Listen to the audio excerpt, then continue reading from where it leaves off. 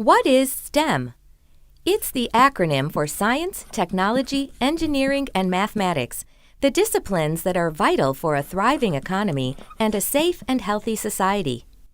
In kindergarten through 12th grade in the United States, most STEM teaching and learning focuses on science or mathematics. Comparatively little attention has been paid to the T, the products and systems that meet human needs, and E, the creative process used to design these things. And, for the most part, the four subjects have been taught in isolation.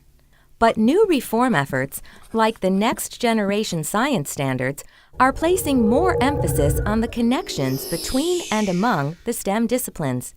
To understand how this trend might affect teaching and learning in the future, we need to take a closer look at integrated STEM education, not just the individual subjects that make up the acronym. After all, in the real world, science relies on technology, mathematics, and engineering. And engineering depends on findings from science, the application of mathematics, and the use of technological tools. Imagine if K through 12 students were taught in ways that highlighted these connections. Would they learn more and more deeply? Might they see STEM disciplines as more relevant to their lives? Could it lead more of them to pursue STEM courses and careers? The answers to these questions depend in part on how integrated STEM education is implemented in schools and in out-of-school settings. Research suggests that implementation has to balance learning in the individual STEM subjects with more connected ways of learning. In addition, because it can be hard for students to make these connections themselves, teachers will need to make the connections explicit. Inside the classroom, some teachers may use instructional approaches like problem-based learning or engineering design, which are special kinds of problem solving, to introduce integrated STEM education to their students.